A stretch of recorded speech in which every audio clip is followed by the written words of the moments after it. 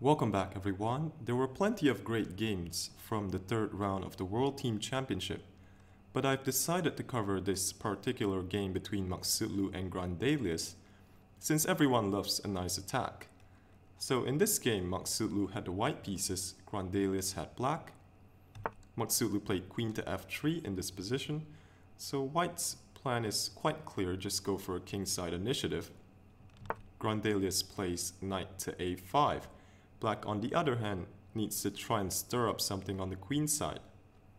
So now there are two moves which come to mind for white, f5 and e5. So let's take a look at f5. This would most likely provoke bishop takes c4, and regardless of how white recaptures, there will be some counterplay in the form of a passed pawn. So instead of facilitating the capture on c4, Maghsoodloo plays e5. This move does a number of things. First of all, it creates a square for a minor piece, most likely a knight. It also opens up the diagonal for the bishop, although you could argue that bishop isn't really doing that much on the long diagonal. It also blocks the rook's control of the fifth rank, making this idea of h4 and h5 more effective. So now black can try and get some counterplay with knight takes, just trading on c4. So here both sides would have chances. Black has now has a passed d pawn, but instead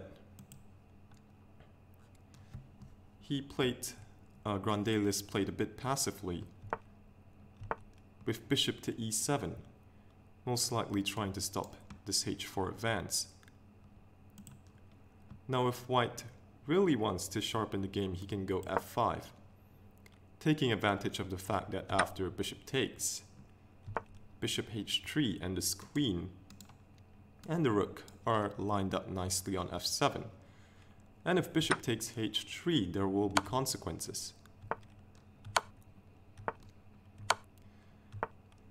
So black is most likely going to get mated soon in this position.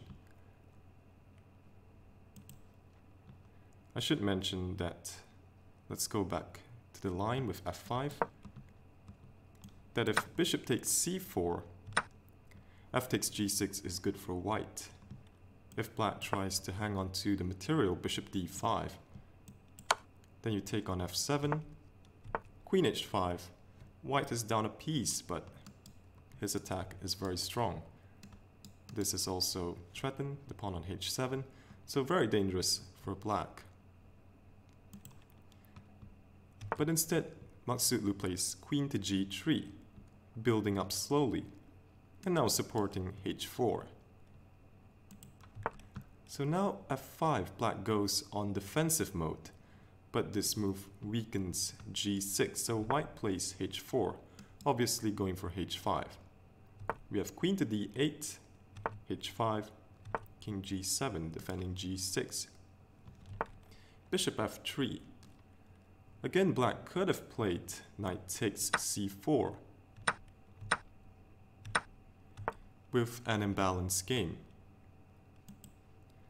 But instead, Grandelius plays g5, maybe underestimating the danger that was taken. Maghsoodloo finds the best continuation, bishop e4. Black actually took the bishop, but let's see what happens if black decides to get a king out of this pin. For example, king to h8. Then after bishop takes, rook takes f5, attacking the bishop. Bishop takes knight, knight takes d2.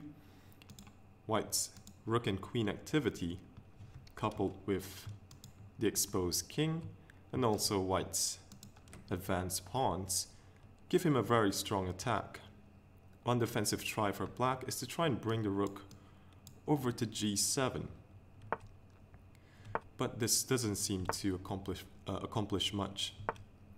White's activity is still overwhelming. And with the knight coming to e4, it's just game over.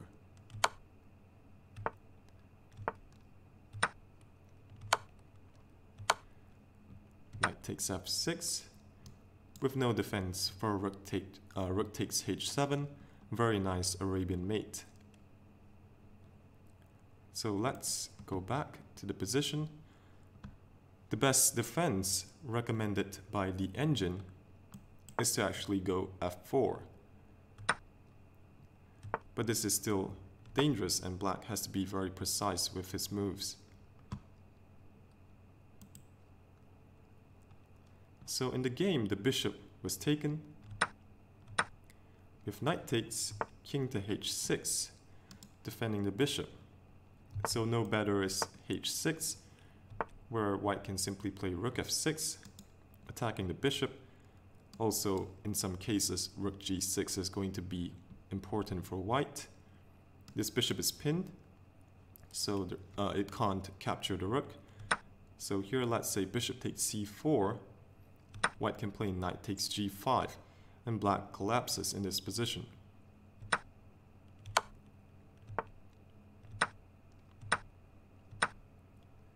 So this is going to be quite an easy win for white. So king h6 played by Grandelius. We have knight c to d6. White's knights are just beautiful in this game. Rook b6. And now a stunning move from Maghsoodloo. Rook to f6, just cutting off the queen's defense of the bishop. And black is pretty much forced to play bishop takes f6. We have e takes f6. Queen to g8. It seems that black is forcing the exchange of queens, and he is going to be up a whole rook. But another brilliant move from Parham, knight to f5 check. So if king takes h5, white goes knight g7.